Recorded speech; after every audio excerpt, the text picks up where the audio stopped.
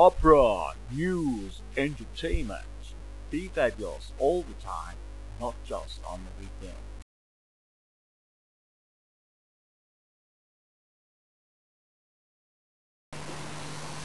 Joanna is a graduate of the Queensland Conservatorium of Music and was a member of Opera Australia's ESSO Young Artist Development Program. She has been the recipient of many awards, including the Remy Martin Opera Australia Award, Bull Fellowship, Joan Sutherland Society Scholarship, and was also granted a Churchill Fellowship for Excellence in bel canto. Joanna is an ambassador for Osteoporosis Australia. Joanna. Hi. Hi. My God, I've been looking through this list of things that you've been doing, and where do I start? What would you say would be your very favourite work?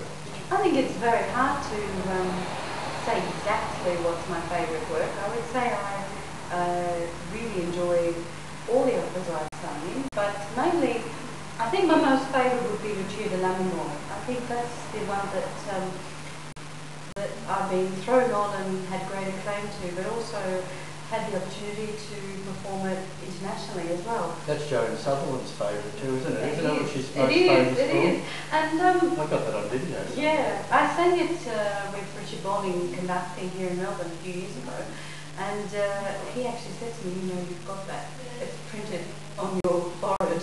So, you know, I'm hoping to sing that all around the world at some stage, but so far I've only done it in Mexico and Australia. So. And I noticed there's a Joan Sutherland mention on here as well about, what did you do? Her 70th birthday. I also... What's that all about? That was in London. Right. And a group of singers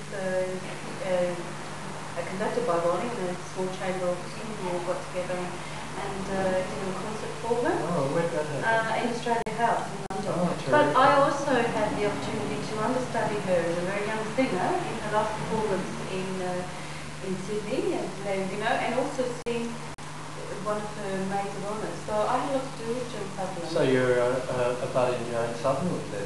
Well, I'm a budding Joanna Cole, I think. You know, but she's certainly one of the people who've influenced my career. Well, that's not a bad role model to follow, really. I had a fantastic role model. And what's that opera, the one that you were talking about with Lindy Chamberlain in it? That sounds interesting. Well, that was a fantastic opportunity because that was a world premiere performance that was written by Moya Henderson, conducted by Richard Gill, our new director of the Victorian Opera, and directed by Stuart Launder.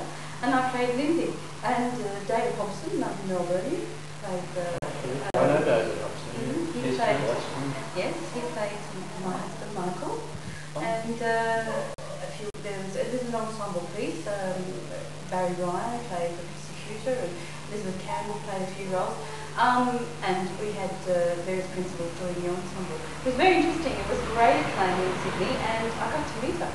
So that was a very, that was a turning point in my life. I got a lot of media attention, and I think it sort of, it was a healing point for Lindy too, I think, and her family. They came to see it quite a bit. They hadn't been to opera to that point, and I think she's a new person now. So what year would that have been? That was what's the timeline of something? 2002, I think. That's really recent then. 2004, you're asking me. I mean, you know. Yeah, well, I can't remember. I used to do the operas and go. And I was dying to ask you, but in case Joan Sutherland sees this, I was going to ask you, when did she turn 70? Well, she's 80 now. This year, I think, is her 80th. It's a very special year for her this year. So she was on at the Opera Australia 50th anniversary thing in London too. Yes, she's still very active, and so is Richard Bonning. He's very active. He's still conducting. He's just conducted that May year recently. So they're very. She's doing her own thing. I think she's not very graphic-minded either. I think, you know, she's probably working on the organ. Yes, I think everything starts to fall apart, doesn't it? So she's mainly in Europe, I think. If the cold weather seems to, she seems to like that rather than here. I see on your list Poulenc. That's an interesting variation. The Gloria. And the Gloria would be like a mass, is it? No, it's a sacred piece. It's very beautiful. It's a choral piece mainly. And that was done with the Sydney Philharmonic, I think. Yes, it was. And then straight from that, was there a connection between that and Bizet's Carmen? Or hopefully not the same night. The Michaela in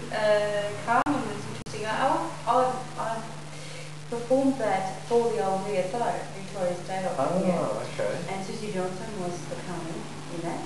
And then that was then I did a concert performance where she was the Carmen again for Tasmanian Symphony. But that wasn't back on that night. It's been on board after that actually. I was thinking that might be an interesting mix, the Cigarette Girls and Gloria. It would be, wouldn't it? Yeah, it'd be very interesting. And I've been going through, as I said, this extended list that Foray's Requiem. That would have been in a church. I saw that last year actually. Where did we see that? I think it was at St Patrick's Cathedral. Often they will have a voice soprano, sing soprano part, but they didn't at a particular point. No, it was for the Halle in Manchester, I sang it for it. But before that I sang it with the Tasmanian Symphony here in Australia. So I think I've done it about 3 times, and I can't remember who I particularly done it for. But I know I've done it, I think I might have done it for Melbourne Symphony in some stage. You've had some good roles. The Fabulous Mimi in La Bohème. Yeah, that was great. I did that in South Africa as well as New Zealand. Oh, okay. South Africa, that sounds amazing. That was fabulous. That was What's incredible. opera like in South Africa? Is it really popular? Oh yes, oh yes. This was a summer festival. So it was in a vineyard. Oh, They built a special amphitheatre, and it was a cast of international cast really out of it. English conductor, American, Cuban tenor, some South African singers, a guy from Russia.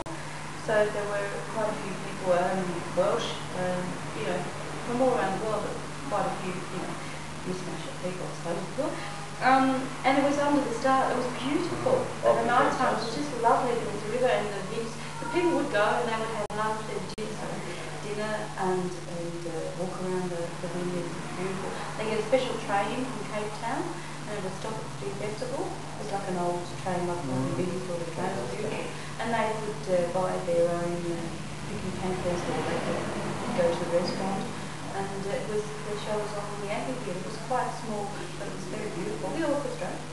So it was well attended. It was packed every night actually. They did 2 operas. I was in the La Bohème and the other one was Rossini's Cabaret.